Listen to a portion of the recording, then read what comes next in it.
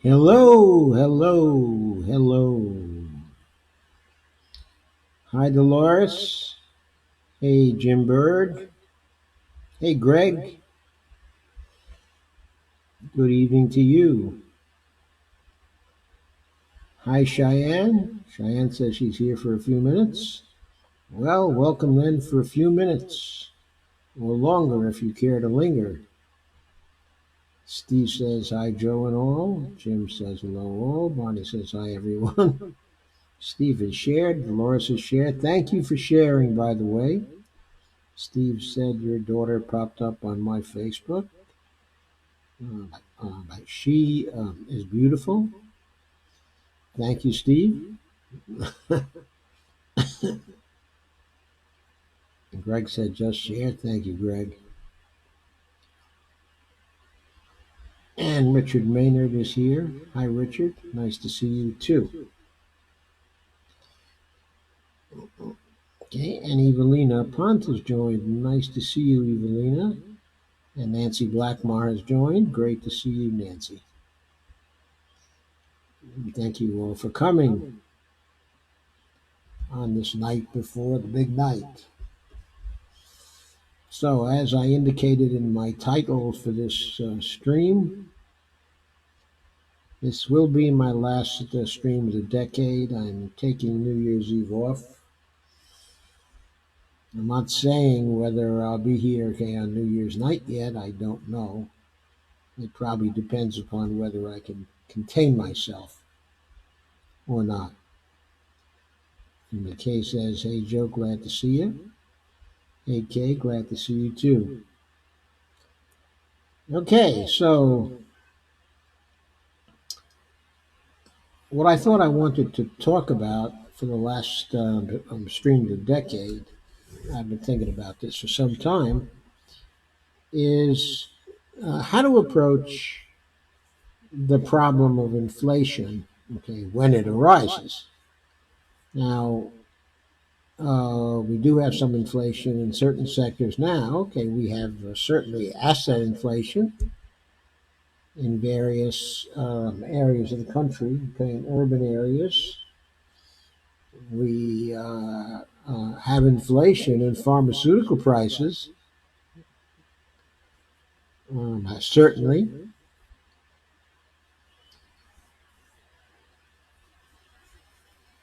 We have inflation in housing prices and we have inflation in rents. but we don't have inflation in what's often called the real economy. In other words, the day to day transactions people do, okay, in their everyday life. And we haven't had inflation in that area for a very long time, not since the 1980s. And right now, okay, is no different. Jim Bird says monopoly inflation. Yeah, Jim, that's right. So I wanted to pose a question, and that question is as follows.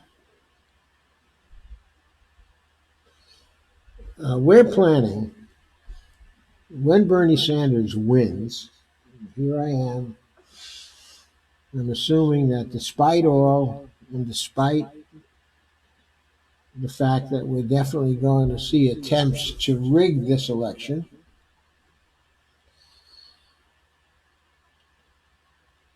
that in spite of all the difficulties we're going to encounter,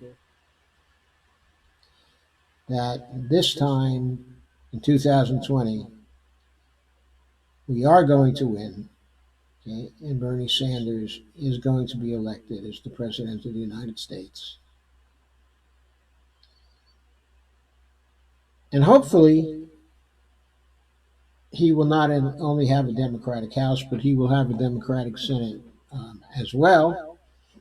And maybe even a few people who okay, are independent, but who will caucus with the Democrats and will be supportive of his program.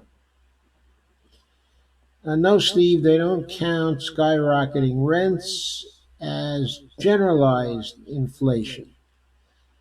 Yes, I think inflation in rents is a problem in urban areas where a lot of us happen to live and will continue to live.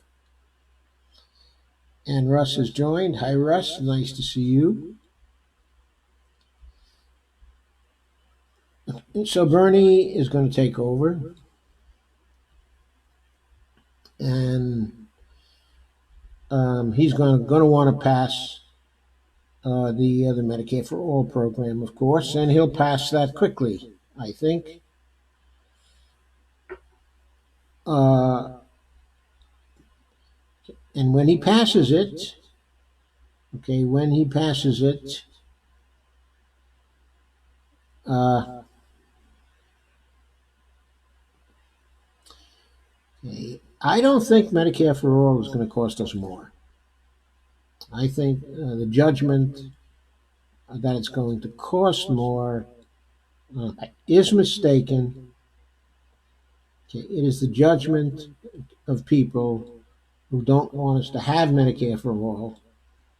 And they're telling us to anticipate that it's going to cost more because we'll be servicing more people. The healthcare system will be servicing more people. And so they think, okay, it's going to cost more. But in other nations that have systems that are similar to Medicare for all in some way, or that are essentially variants, okay, of Medicare for all, as they have in Canada, okay, in Australia. The cost per person is far less, okay, than it is here, and the cost as a percent of GDP is far less than it is here. It's anywhere from a half, one half of what we spend as a percent, okay, of GDP, or it's one third of what we spend. I'm sorry, or it's two-thirds of what we spend as a percent, okay, of GDP. Now, I don't expect this is going to happen in the first year, but I expect that costs still will go down during the first year as a percent, okay, of GDP, but perhaps only by 10% in the first year. But 10%, okay, what we've been spending. So rather than spending 3.8 trillion, which is what we're spending now, it might go down to I don't know, 3.5 trillion or something like that, 3.4 trillion. But I think for a while, the cost as a percent of GDP is going to be falling until it reaches somewhere between one half of what we're spending now and but two-thirds, okay, of what we're spending now. However, when we move past the Medicare for All bill and we move to the rest, okay, of Bernie's program, but in particular, when we move to the Green New Deal and the various programs that are part of the Green New Deal, we are sure to be greatly increasing our federal spending. And I doubt that that will be fully offset by taxation. I don't even think it should be fully offset by taxation. I think a full employment budget most probably implies that we should be running something like 10 to 12% deficit spending each year. So,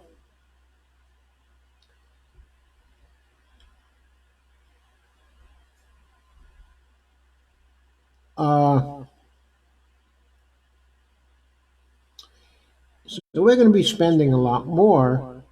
The estimate that Sanders K has come out with for the Green New Deal, taken as a whole, is 16.2 trillion over 10 years, which means an increase in spending from what we're spending now. And this assumes that we'll essentially keep spending the same amount as we're spending now and then add the Green New Deal on top of that, which, by the way, is probably not true, but let's take that as a sort of a rough estimate. Okay, um, so that means we'd be spending $1.6 trillion more, the government would be, than it is spending now. That's a substantial amount, okay, of money. We're likely to reach, as we take on the Green New Deal projects, we are likely to reach um,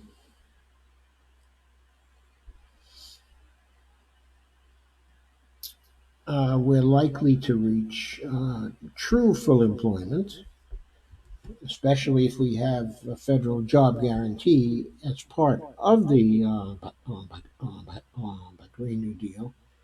And once we reach a full employment situation, as we approach a full employment situation, then we are likely to see that various sectors of the economy are beginning to have very strong demand, which may begin to exceed the supply.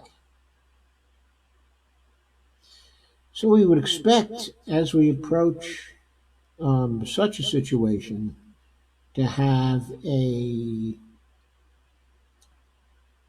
higher risk of generalized inflation than we have now. So the question arises, how ought we to approach such a situation? Because we can pretty well expect that it's going to occur. And since a lot of you by now have begun to study economics, at least the brand of economics which is known, okay, as MMT, I thought that it might be interesting for you to join with me in a discussion of uh, what kind of approach we ought to take to the renewed appearance of inflation as a risk in our economy, as a real factor, and not just a bogeyman which the right wing is throwing against those people who want to do good things for the American people. So I see lots of comments here, but they're not actually directly on my question, but I'll answer a couple of comments. Statements first.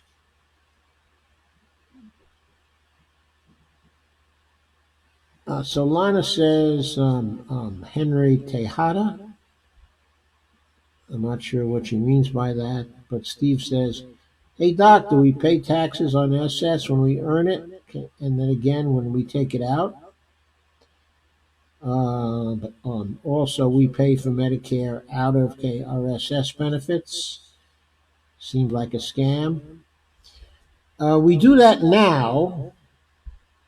The fact that we pay taxes on Social Security when we take it out, in other words, when we start to get our Social Security benefits, we do pay taxes on those benefits when our total income, including Social Security, exceeds a certain point.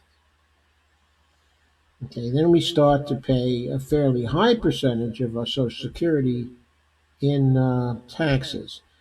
We began to do that because of new laws passed by the Clinton administration, passed by the Democrats. So since Clinton, some of us have been paying part of our Social Security benefits in income taxes. Yes, I think it is and was a scam because our Social Security benefits were supposed to be paid for by our contributions. And then we got to be 65, and we supposedly were going to get those benefits, and since it's a pension, those were supposed to be tax-free. Okay. Also, Steve notes we pay for Medicare out of our Social Security benefits. Seems like a scam. Well, I'm not sure that's a scam because in the current Medicare program,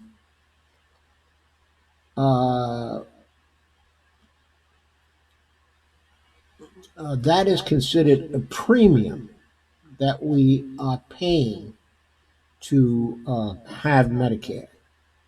Now, since we paid in Medicare for our whole working lives, then the question arises, well, why should we have to pay a premium for it now? We've been making contributions to it for our whole lives. Why should we have a premium now?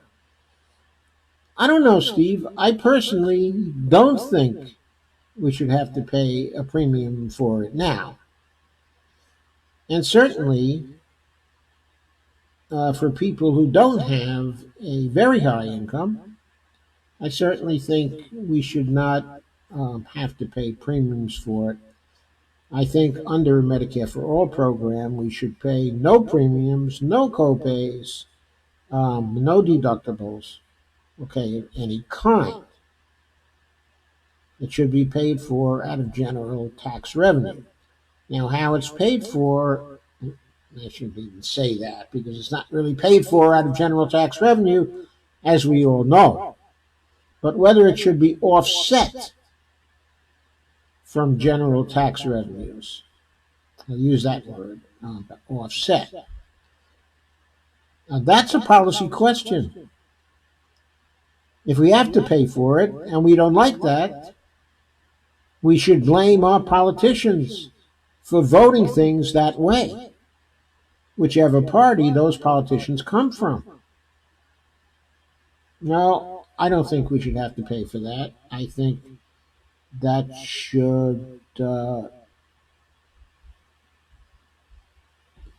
we should tax what we need to tax to offset but too much demand in the economy.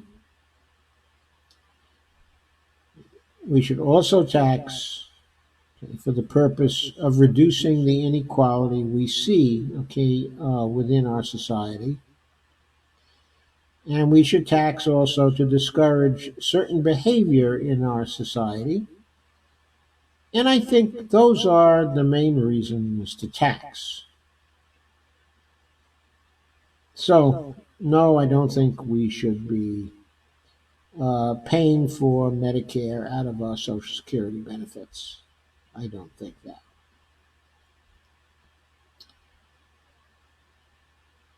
So Russ says, I'm sure there will be slowdowns as 30 million people come into the system for care. There will be a retooling period as the system ramps up to meet the need, hospitals, nurses, doctors, equipment, etc. That could be. There could be slowdowns, and there could be some rationing of care in certain areas. When I say rationing, I don't mean that people are not going to get care. I mean that we could see a prioritization of care so that the most serious cases get handled first. In other words, the cases where things have to be done quickly will be done quickly, as they are other systems. Other nations that have gone into Medicare for All have experienced that. They usually handle problems within a few years. Okay? And we will too, I'm quite sure. Steve Gonzo has joined, and Steve Wolfbrandt has joined. So, how do you think we ought to approach the risk of the higher risk, okay, of inflation that we are likely to get? Please try to think of this from an MMT perspective. How would MMT approach this?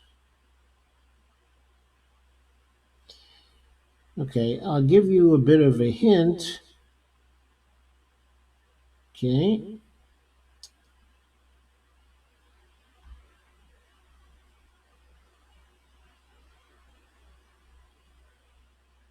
The hint is that in classical economics, when people view inflation, they view it as a monetary phenomenon. There's too much money chasing too few goods or too few services. As Friedman said, okay, as Milton Friedman said, inflation is always and everywhere a monetary phenomenon. And he offered the quantitative theory, okay, of money, or the quantity theory of money, I should say, okay, in order to account for inflation.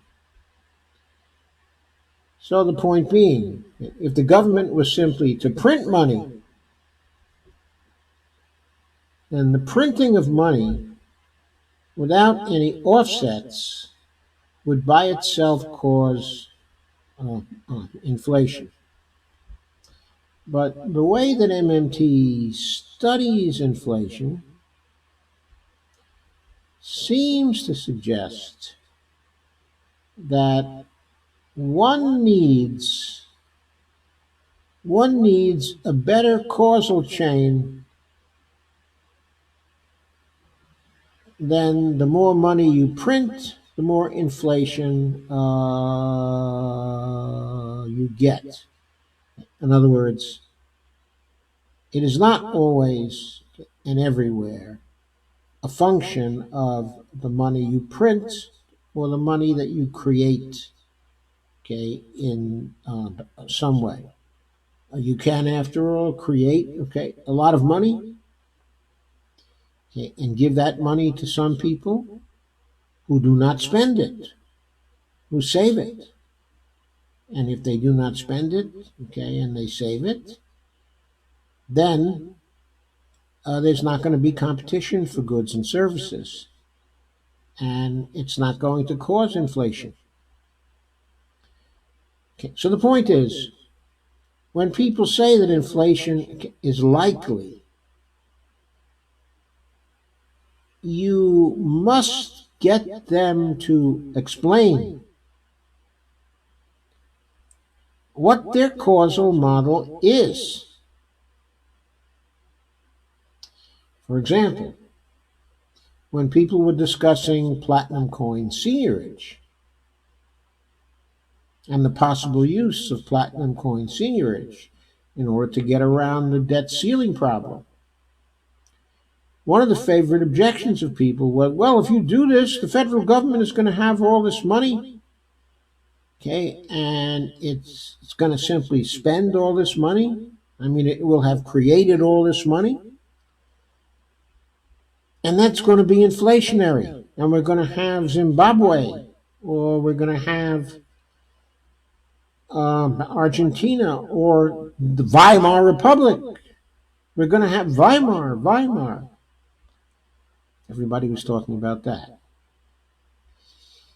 It didn't take a whole lot of analysis, though, to be able to explain to people that in those inflation situations, there were many other factors involved in causing the inflation other than the mere printing of currency.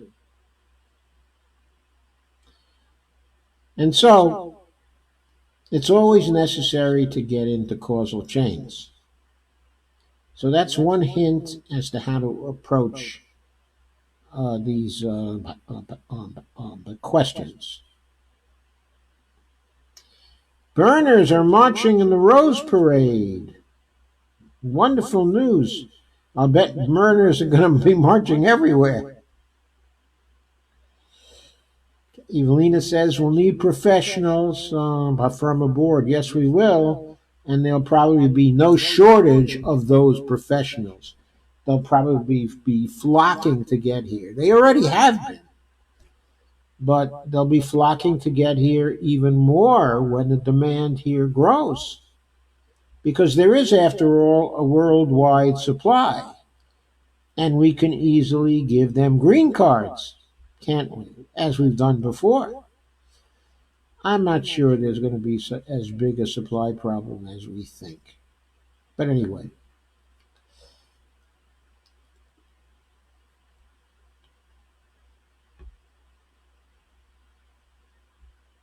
I see a lot of comments, not necessarily on the question that I've raised, however. Kay says, my parents were among the first to collect Social Security in the mid-60s. I don't think they paid anything for Medicare. Well, I think there were always premiums for Medicare.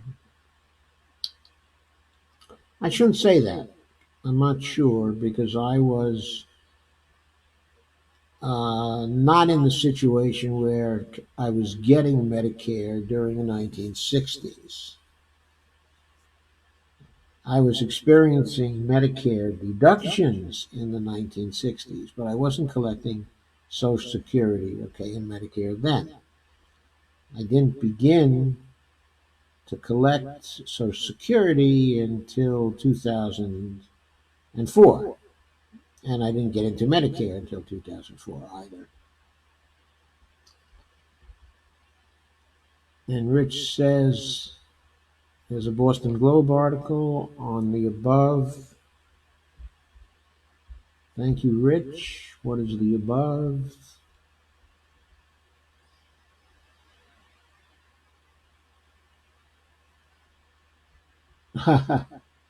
Yeah, Bernie Sanders says that Medicare for all will cost jobs. Yes, it is going to cost jobs. In other words, it's going to be deflationary, not inflationary. It's going to cost jobs in the private sector. That's why fair transition or just transition, okay, is going to be needed. Susan has joined. Lana says, I agree. The seniors are nickel and dimed out of what they get to keep of their Social Security benefits. Yes, I know. They are. They are. We are. We are. I mean, we, my family, my wife and I, we are nickel and dimed in various ways. Social Security has been nickel and dimed for years and years and years. Steve says Cuba has great doctors that would love to come here. They do have great doctors. They do have great doctors because they've made great investments in their doctors in Cuba. They have a great healthcare system there, and it costs a very small fraction of what our healthcare costs. And Lana says, wait, I need to check again. What is the best way to reduce wealth inequality? I think the best way to reduce wealth inequality, well, I don't think there's one best way, but what I'd say is taxes on wealth are a very good idea. Russ says guillotines. But there will always be inheritors, Russ. There will always be inheritors. Anyway, certainly taxation, okay, the wealthy, but furthermore, increasing prosperity for everybody else. Steve says, I think Reagan started taxing Social Security benefits, as I remember. Yeah, that could have been part of the 1983 compromise. What I remember about the 1983 compromise was that for those not on Social Security, the Social Security contributions that we made, in other words, the amount that was taken out of our pay to underwrite Social Security, nearly doubled as a result of the 1983 compromise that was sold to us as we would fund Social Security indefinitely if we nearly doubled our payments, and there would never be a funding problem again. Of course, there wasn't a funding problem in 1983. All that had to be done was for Congress to appropriate the money for Social Security and keep on appropriating it, and there would never have been a funding problem. Never have been a funding problem. As you know, what gets appropriated gets spent and gets paid for. There doesn't have to be any money in a trust fund. In fact, there isn't any money in a trust fund. Our so-called government trust funds are not bank accounts with money in them. They are accounting records kept by the federal government. They're just records. They are not bank accounts. Things get to be a bank account when Congress makes the appropriations.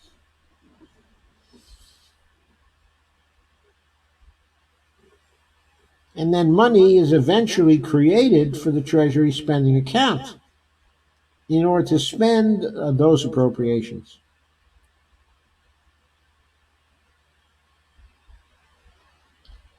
I don't remember whether it was Reagan who started taxing our Social Security benefits. But, well, I guess I take that back. See, I'm not sure what you mean by Reagan started taxing our Social Security benefits.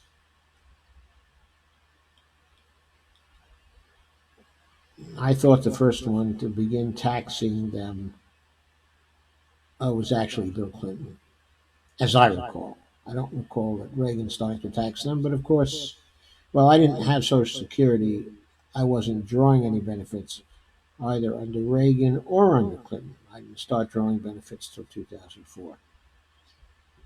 Steve says, revolution. Evelina Ponce said, it would be nice to have those doctors open channels for medical equipment for Cuba. Jim Bird, Reagan taxed unemployment also. Unemployment benefits. I don't recall that.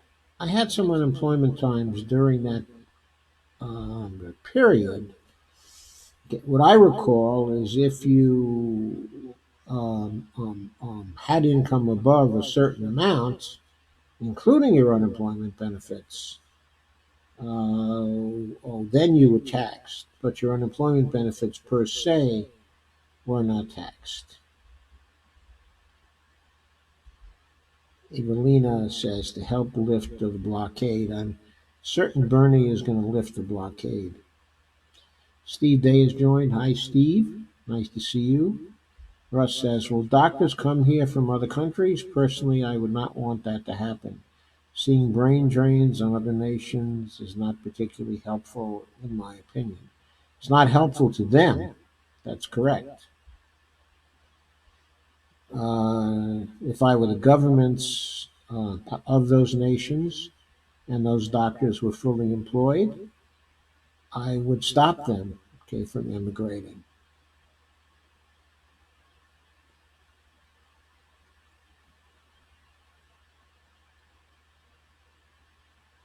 And Sue says we will be tabling for Bernie at the New Year's Eve parade in Boston, Massachusetts. Great. Can I repeat the question? Yes, the question is, since we are likely to have a higher risk of inflation as we implement the Green New Deal program, then how should we approach fighting inflation? And I ask this question of you because a number of you have been hearing about, seeing live streams about, and reading about the MNT approach to inflation for some time. And I thought you might like to participate in explaining that approach. Steve says, I've been to Cuba for months at a time. I studied at the University of Havana. It's wonderful. Steve says, yay, Susan. Kay says, when my dad died in the mid 80s, that was when they started Medicare payments. Kay says, let's all move to Cuba. Laugh out loud. It's warmer there than Northeast Ohio. If you're at a retirement age, will Cuba let you come? Anyway, Rich Maynard says 80% of additional fees have been administrative. Hence, this would be the major areas of job loss. Yeah, they would be the major areas of job losses, and they would be job losses in the insurance industry. I understand the insurance industry now directly accounts for something like 650,000 jobs, and that if you consider the people servicing those other people, the people who have jobs because the people in the insurance industry have jobs, then you may be talking 2 million people or something like that. Sue Eldridge says, under Obamacare, you get free medical care if you make under 17,000 per year, but not sure if this is for every state. I'm pretty sure it's not for every state. I have a huge number of comments on this particular live stream. Steve says, Cuba has a great educational system, but don't believe the lies.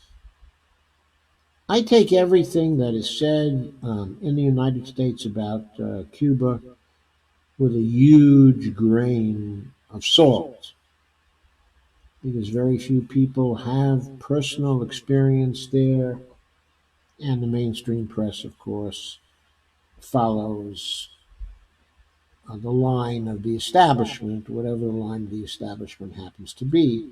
And the establishment has been extremely unfriendly towards Cuba since the early 1960s. Which is almost 60 years now. Almost 60 years now. Jim Bird says inheritance tax, 60% of most major wealth is inherited. And Rich says a progressive tax, and I think Bernie's excessive CEO penalty. Okay, Evelina says, only as a fair exchange for costly medical equipment. I guess it's and the like. Steve says, it's nice that we just talk among ourselves for a change. Good show. Good. Yeah, I think it is nice. And Rich says, or get rid of the cap on SSI billing.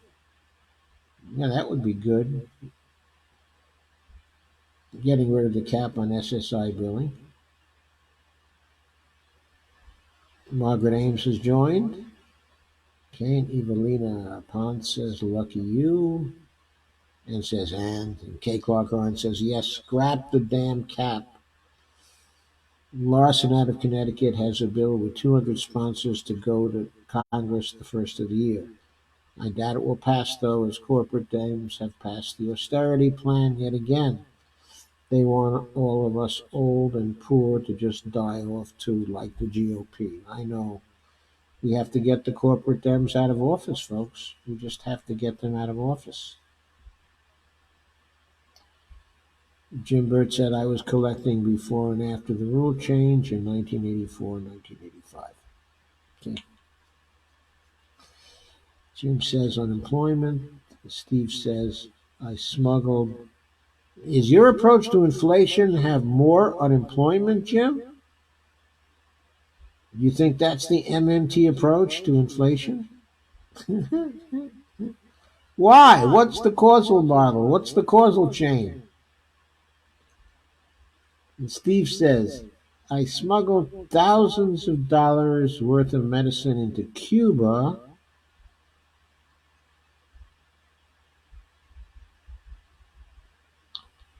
Excuse me, my scroll bar is not working as it should.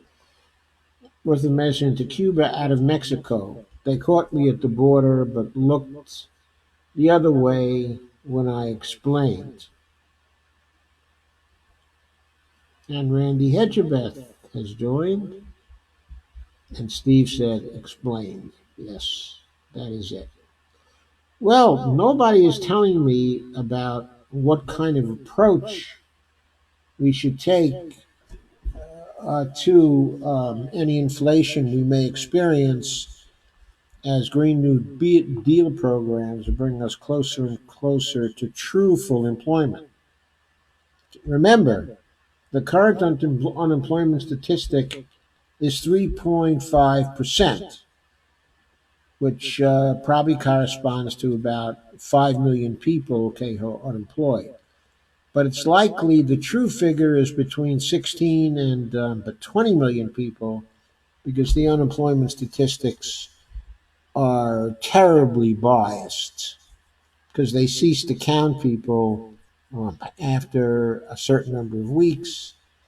They cease to count people if, according to them, they're not trying to find a job. In other words, to discourage people just don't get counted, in spite of the fact that it would be simple to find out if discouraged people would take jobs if they were available. But anyway, here we go. Kay says the Green New Deal will generate millions of jobs. Yeah, I think it's going to generate 20 million jobs. And people will be paying taxes on an actual living wage. Yes, I agree that will happen. And Lana says, perhaps I misunderstood, but I don't get what scrapping the cap has to do with making anything better when Congress creates the damn dollars. Well, there's one way I think that's quite right. We don't have to scrap the cap to pay for Social Security, Lana, as you know quite well, because we pay for things by having the Federal Reserve create the money. But the way scrapping the cap can help is that it can reduce inequality. And so scrapping the cap can be good for that reason. Now, we not only ought to scrap the cap, we probably just should fund, I shouldn't say fund, offset Social Security expenses spending out of general tax revenue and make our income tax much more progressive than it is today. We ought to get it back to the way it used to be, perhaps in the 1950s, with a top rate of 90%. Only close the loopholes this time. So people who make that top level do pay 90%. Okay. And Evelina remarks, Mexico's always friendly like Canada used to be. Canada's still friendly.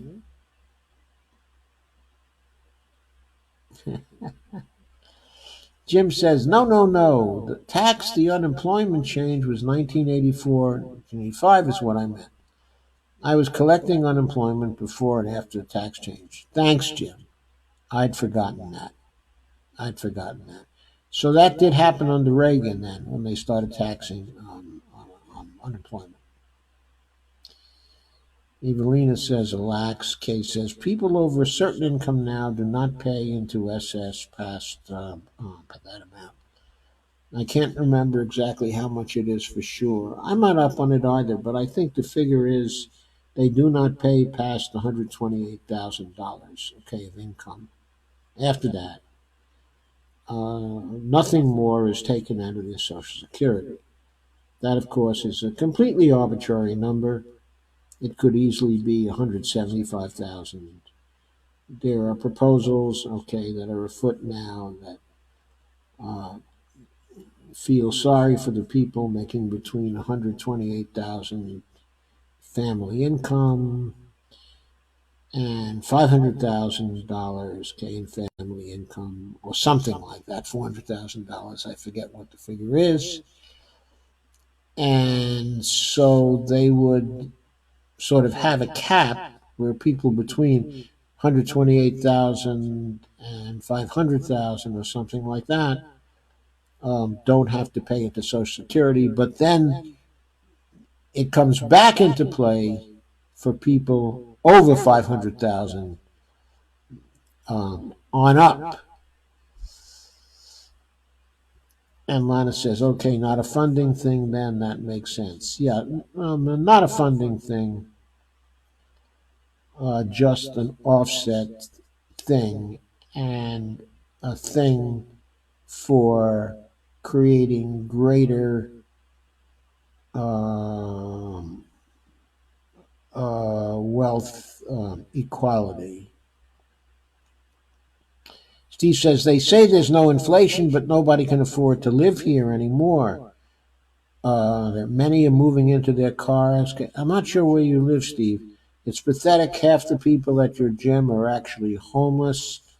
I think that's going on in quite a few places now, okay, in California, from what I hear. It is hard to find a place to live, okay, at a decent price. But that's also true here in the Washington area. Rents are very steep here as well.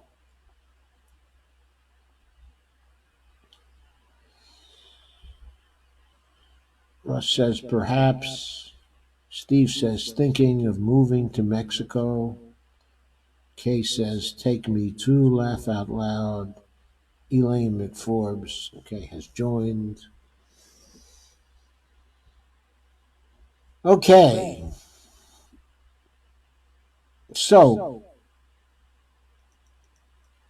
Steve says he lives in Los Angeles. Well, my daughter Devora lives in Los Angeles, Steve, as well.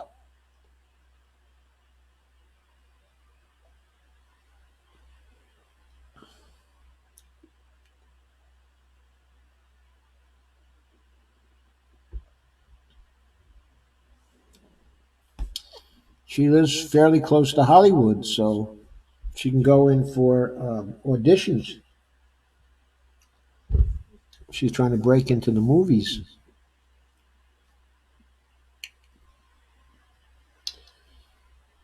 She's a very great actor, a very great actor. Actually, she is. I've seen her now quite a few times. She has a very good range.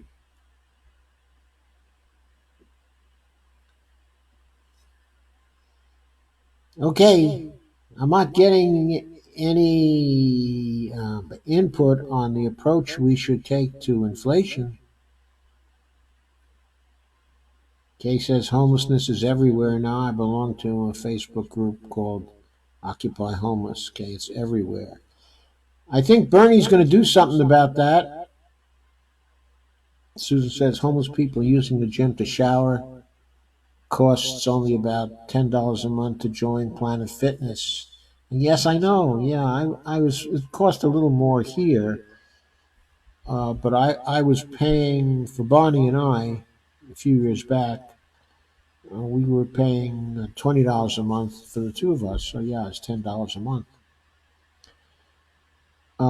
Some of them have SSI, not much to live on, but at least they can go to the gym. Yes, for that money, most anybody can go to the gym. That's quite true. But of course, unless you live right on top of the gym or unless it's within by walking distance, you do have to pay for gas. Evelina says, what's your approach to inflation, Dr. Joe? Well, I will give increasing hints as we move through this. There are different kinds of inflation. So you have to approach inflation by defining or by coming to understand what are the different kinds. One theory is that inflation is caused by excess demand. When is there excess demand? There is excess demand when people have too much money to spend compared to the supply of goods and services that are available or that easily can be made available.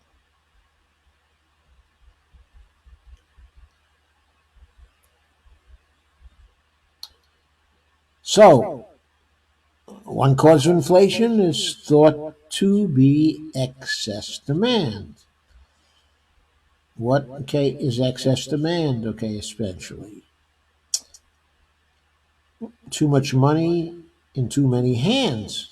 In other words, people having excess money to spend. What is excess money to spend? Well,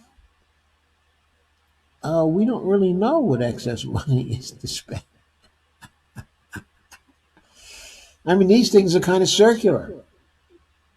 When we have inflation, like for example, when we had inflation, during the 1970s, people reasoned the government was spending too much. Its deficits were too high. Okay, even though the deficits for Nixon and then Ford and later for Jimmy Carter were actually pretty low. In fact, but Jimmy Carter, by the end of his term, was getting pretty close to balanced budgets. But still, there was inflation.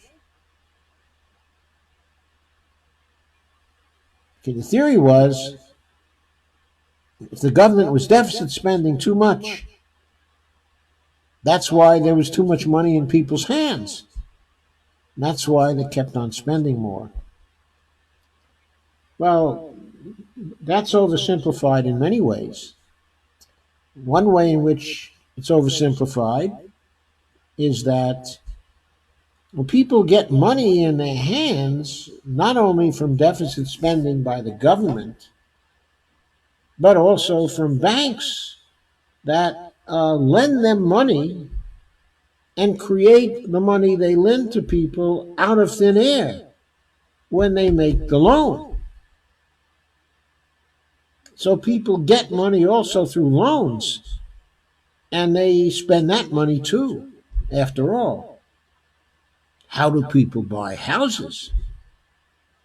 They take a mortgage, they make a loan. Their down payment is a small fraction of the total. Most of what they're spending when they buy a house, when they build a house, is money that's been created by the bank. So banks are creating lots and lots of money in the lending process. Now, the money they're creating, of course, is bank money. It's different from the federal money the federal government creates when it actually deficit spends. Also, there's another way in which, okay, it's different. The bank money that comes to people through lending is money that is accompanied by a debt that the people have. They're contracting to pay back the principal on the loan they're taking. So they get the bank money, but they also have a debt. On the other hand, when the government deficit spends and places federal money in people's hands for goods and services that are bought by the federal government, then when that money gets into the hands of people, the people are not incurring a debt in order to get that money. Now, when the federal government chooses to issue debt instruments to offset its deficit spending, which of course it does all the time, I mean, very frequently, when that happens, the government contracts to pay back the principal on the debt.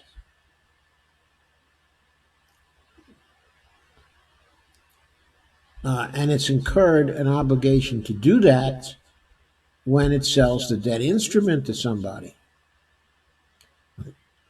Okay. But that, of course, is a debt of the government. It's not a debt of people. And since the government can create as much money as it wants to repay its obligations,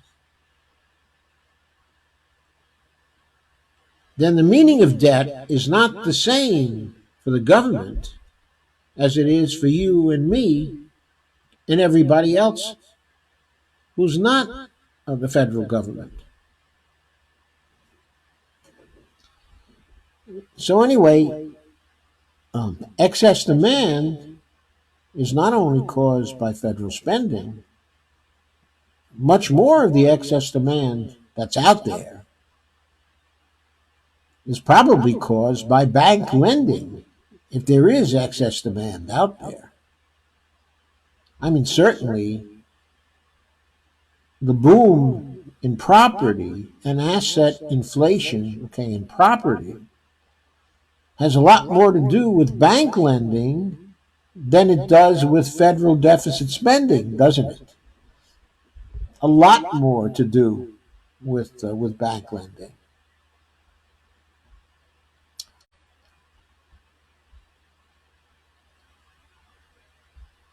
Sue says, Invisible People on YouTube is a heartbreaking show that interviews homeless people.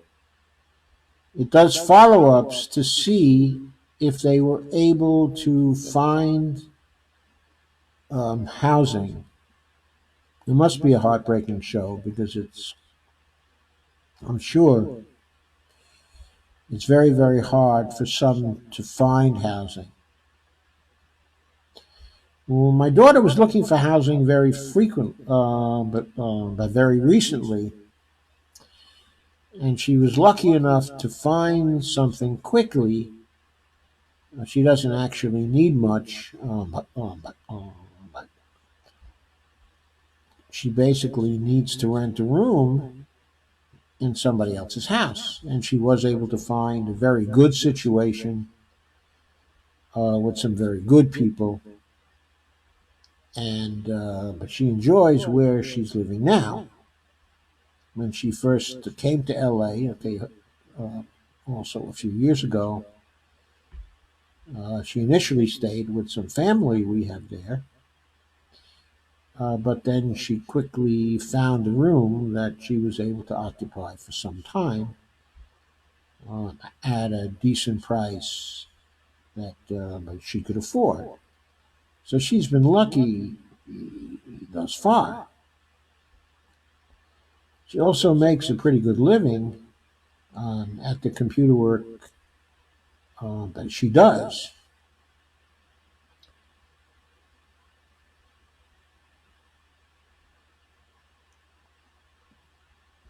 Okay, and that helps.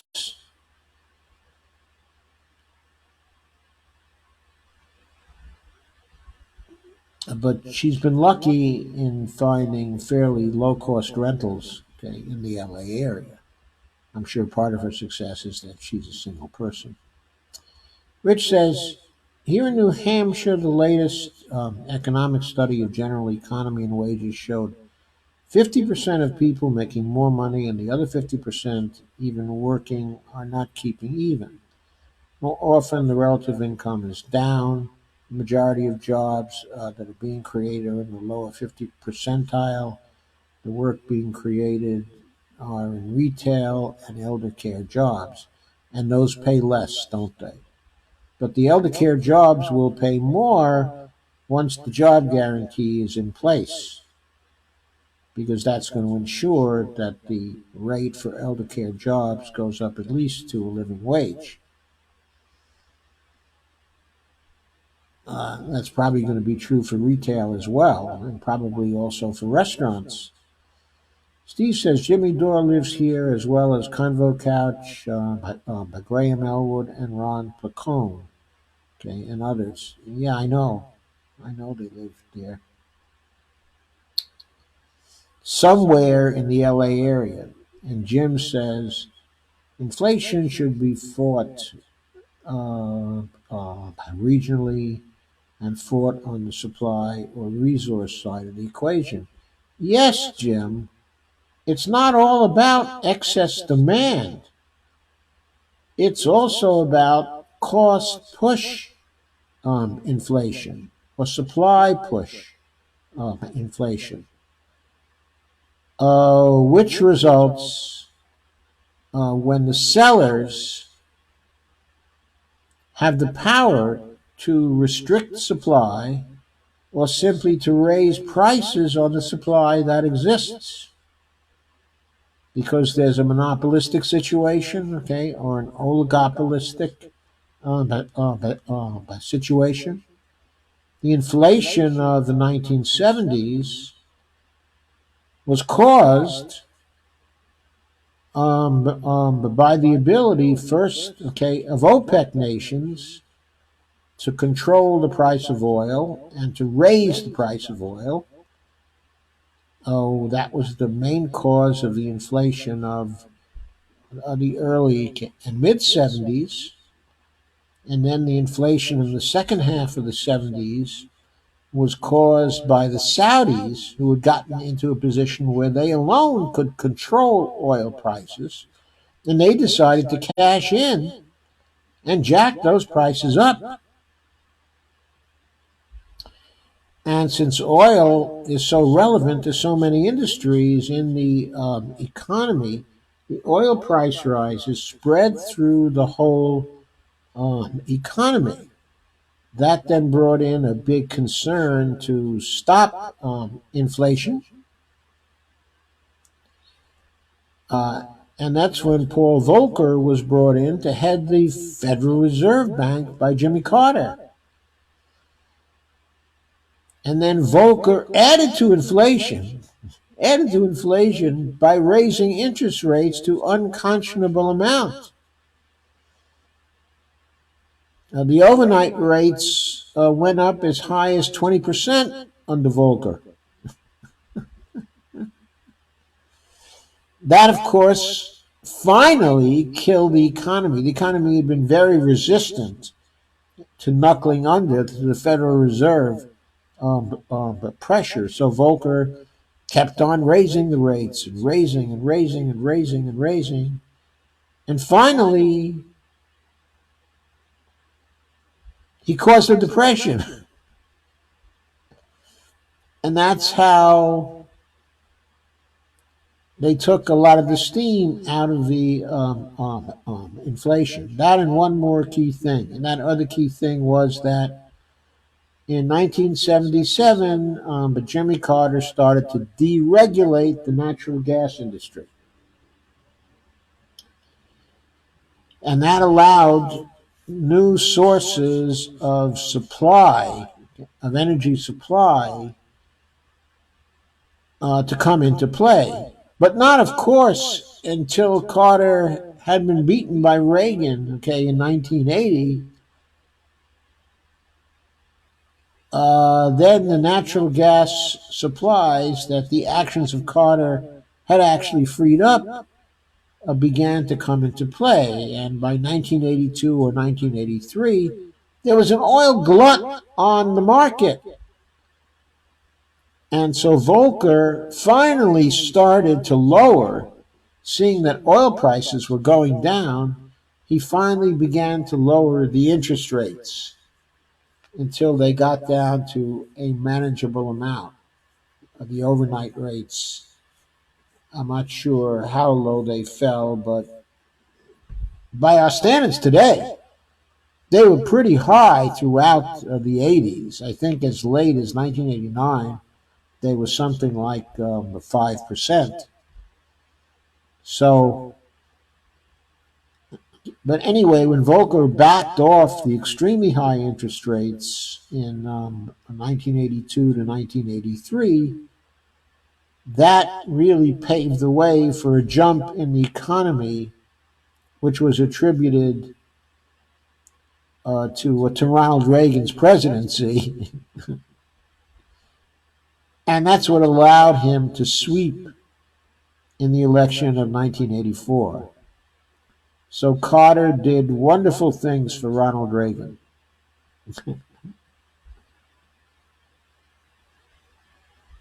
Okay, Evelina says the Green New Deal should take care of excess demand. Well, how do you think it's going to take care, okay, of excess demand, Evelina? Lana says there are 4 or 5 items that Shave had a big jump in cost: housing, education, energy. What are the other 1 or 2? But pharmaceuticals, by credit card interest rates, 21% interest rates, okay, on credit cards.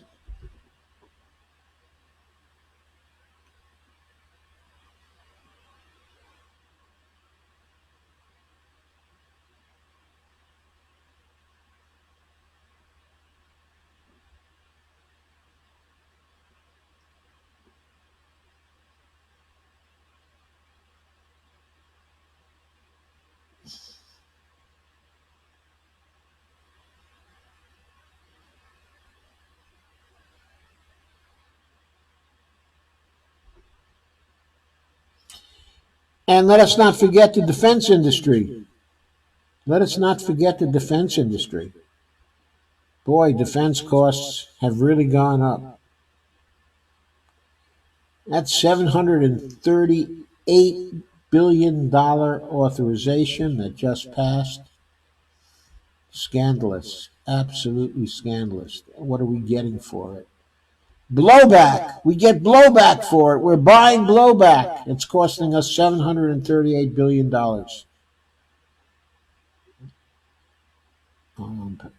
per year. And Evelina says we need to demand less needless junk. Russ says if there's excess money to spend, tell them I need them to tune their piano. Nothing wrong with being booked out 4 weeks ahead with business appointments. Are you booked out 4 weeks ahead, Russ?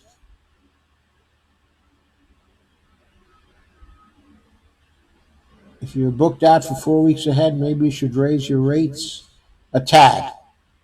Make your contribution to inflation. What's the scoop? Just got here. Hi, Teresa. We're talking about inflation. And Lana said, isn't that when they started with the Nehru? I think they started with the Nehru back in the 1970s, yes. But what they did,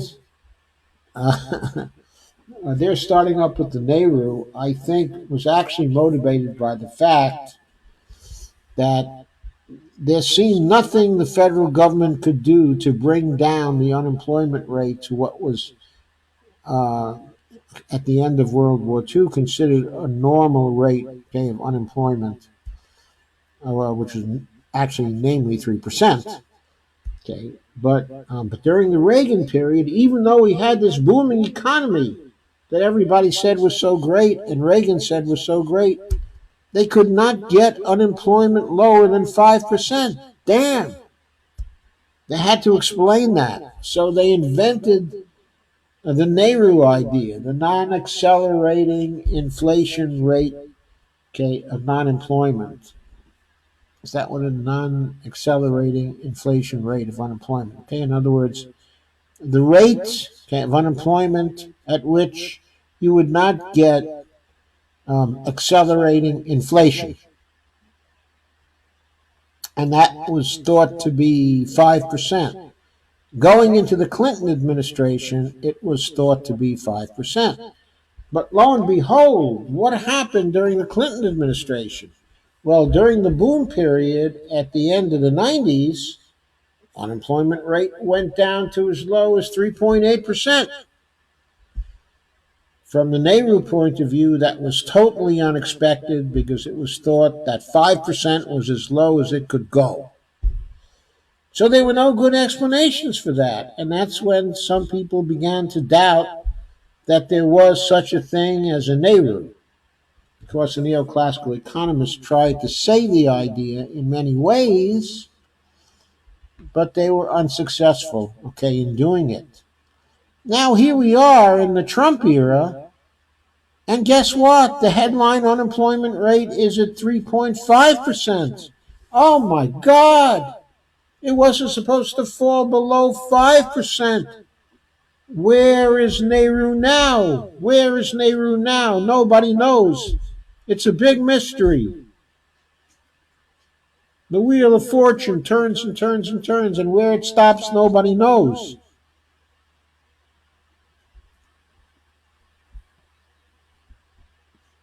And Steve says, that's why there's no inflation. There's no excess money. We're frugal because we're afraid of becoming homeless. Well, that could be one reason. But there's another reason why there's no excess money, and that is because 3.5% rate of unemployment is a lie. In other words, the measure of unemployment they're using is not a true measure, okay, of unemployment. It's what they call the U3 measure, okay, of unemployment. Okay, there's also a U6 measure, okay, of unemployment. And that measure of unemployment is somewhat higher. I think it's now at 7%, okay, or 8%, or something like that, not at about 3.5%. But even the U6 measure of unemployment is not an adequate measure, okay, of unemployment, because it doesn't measure how many people would take jobs if the jobs were available. How many people have become disemployed for such a long time that they cease to look for work in the money economy and are living in the underground economy in some way or hardly living at all. Uh, Generally, MMT economists will estimate that there are 16 to 20 million such people who are disemployed. employed. The real unemployment statistic, in other words, should be the disemployment statistic. And how do we know what that would look like? Well, we can impute it. In other words, we can look at other times and places when the labor participation ratio was 68% of the workforce, or 69% of the workforce. And we can look at it now, we can see that what the main measures of unemployment are giving us suggest that only 63% of the workforce are included in the U3 and U6 unemployment statistics.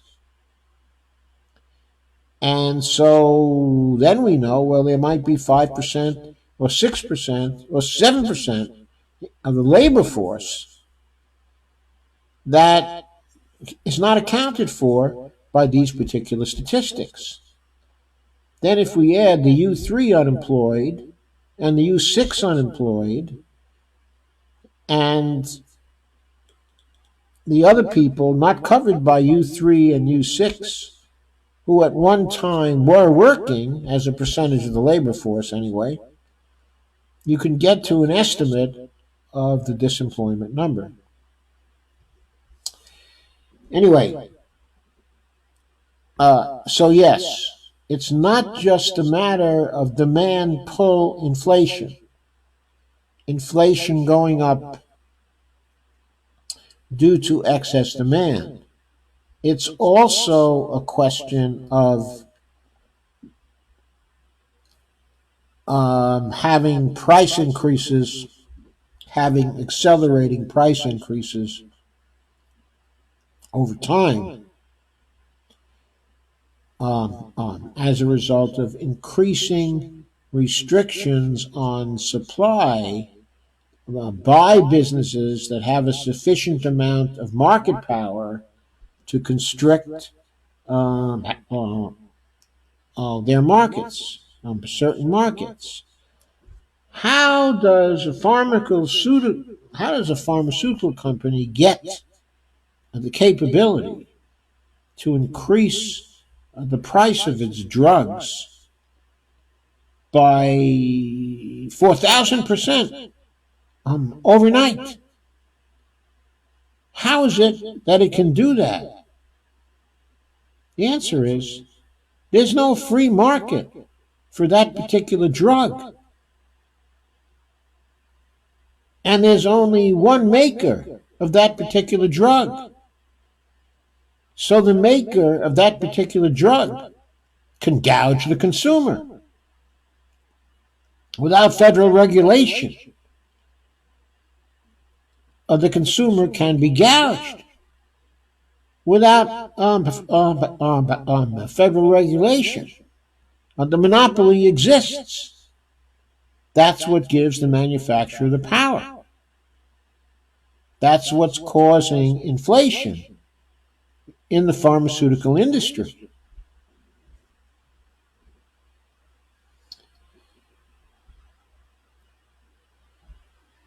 Okay, lots of comments. Lana says, we're discussing inflation. Is inflation what happens during depression? No. Inflation is what happens when you have accelerating price increases. Continued accelerating price increases. Okay, and that happens as a general phenomenon. Okay, as a general phenomenon, when either key supplies for the whole economy are restricted, or when we hit a situation where we have excessive demand compared to the capabilities of the economy to produce goods and services that are wanted by people.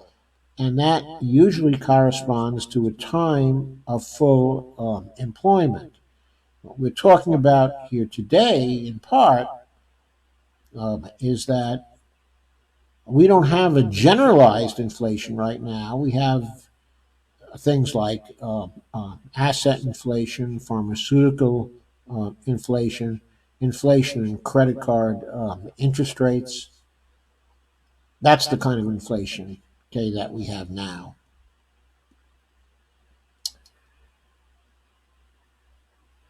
Okay, Evelina says, let's focus on basics. Healthy food to start with. That could be rich for the poor and middle sectors. It could be rich for the wealthy sectors also. I mean, just because they're wealthy doesn't mean that they're eating basic healthy food to start with. I mean, look at the Donald. By all accounts, he lives on a diet of crap. Evelina says, eat like a millionaire. Steve says, I make a decent living, but it's depressing to see all these homeless everywhere. Ask by Jimmy Dore and Steph. I gather that's Zamorano, Jimmy's wife, right? Sean Turner has joined. Hi, Sean. I don't think you've been here before, have you? Anyway, welcome, if not. And Evelina says, healthy food is expensive. Why? Healthy food is expensive because there's all this cheap food out there, and the healthy food is offering benefits over the cheap food, and we can't get enough people to buy the healthy food. If we could, more and more healthy food would probably be produced at this point in time. In fact, I think that's starting to happen already. So Steve says, Teresa, no, deflation happens during a depression, not inflation. Well, but then we could have stagflation. In other words, during the late part of the 1970s, we were starting to get into a recession, and we were also having considerable inflation. Steve says the opposite, which is even more dangerous. K. Clark Ryan says, I bought my first home back in 1973 under the old and good FHA for low income people. Back when the government would actually help people. Yeah, we bought our first home that way also. And when was it? When did we buy our first home? Must have been back in 1968 or 69, I guess, Kay. Byron Montgomery has joined. Lana says, yes, healthcare is part of what I was asking. I always want to add food, but Fadl Kaboub does not include food. The reason why he doesn't include food, I think, is because uh,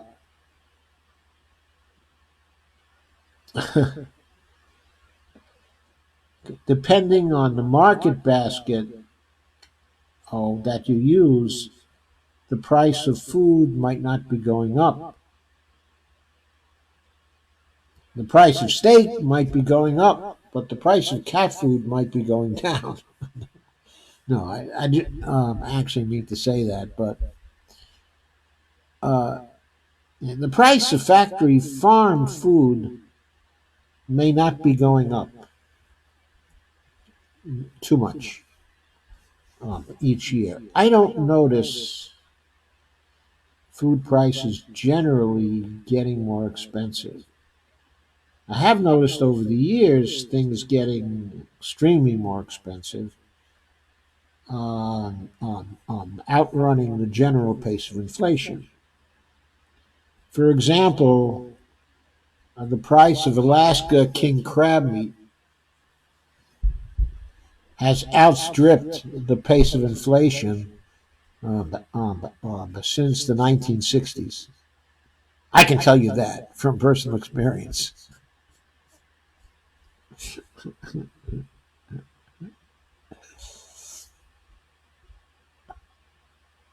Steve said, "We got no Christmas bonus this year, even though the company had a good year.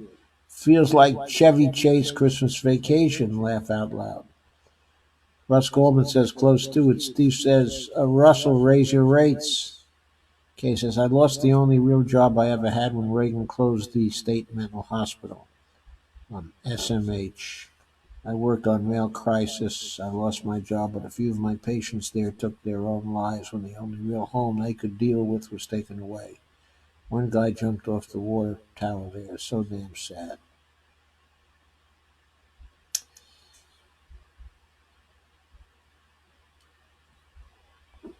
And Russ says, "Absolutely."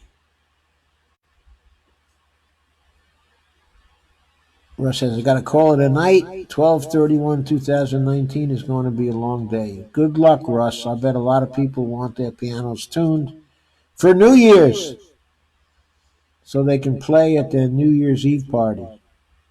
And Kay says, "By the way, when Reagan closed the state hospitals is when the homeless crisis began." Yeah, I know. I know. I remember. We didn't have homeless before then. So there we are. Okay. I think that what I'm going to do is leave you with these following thoughts, okay, at this point. There's a demand pull inflation, and there's cost push inflation. And those are two different kinds. Then there is generalized inflation, which is an excess, okay, through the whole economy in terms of aggregate demand. And then there's also the possibility of excess demand in particular sectors, driving prices up in those particular sectors. There's also a possibility that we could have excess demand relative to supply because in certain sectors, supply is being controlled by monopolists. Supply in certain areas may also be scarce because resources are scarce. And it may be a situation where we can do nothing about making the resources involved less scarce. But very often these days, we see inflation starting in certain areas because of supply crunches caused by suppliers that control markets. So, keeping these thoughts about the causes of inflation in mind, let's hold this over until the new year. And let's do the first stream of a new year. Let's do that on Approaching Inflation Part 2. Until then, have a very happy new year, everybody. I know we're going to try to have a happy new year. We're very hopeful about this particular new year because we're very high on Bernie at this point. Very, very hopeful that we can overcome all of the crap that we're receiving and that we can really start to change things in 2020. And so here's hoping for a great year in 2020. And everybody have a happy and wonderful new year. And good night for tonight. Thanks everybody for coming.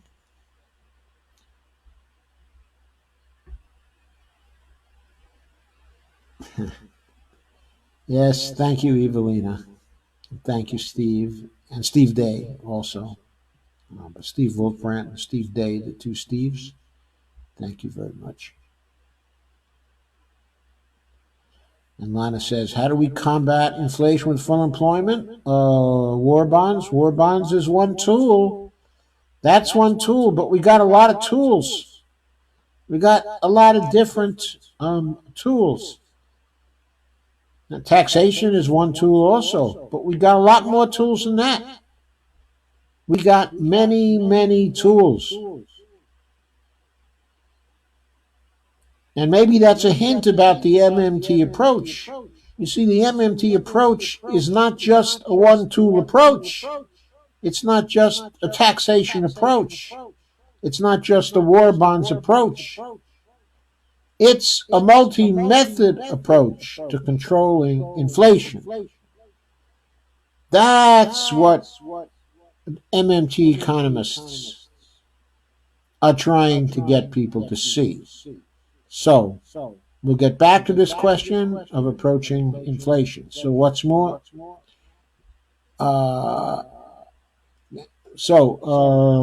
Once again, the good night and have a wonderful new year.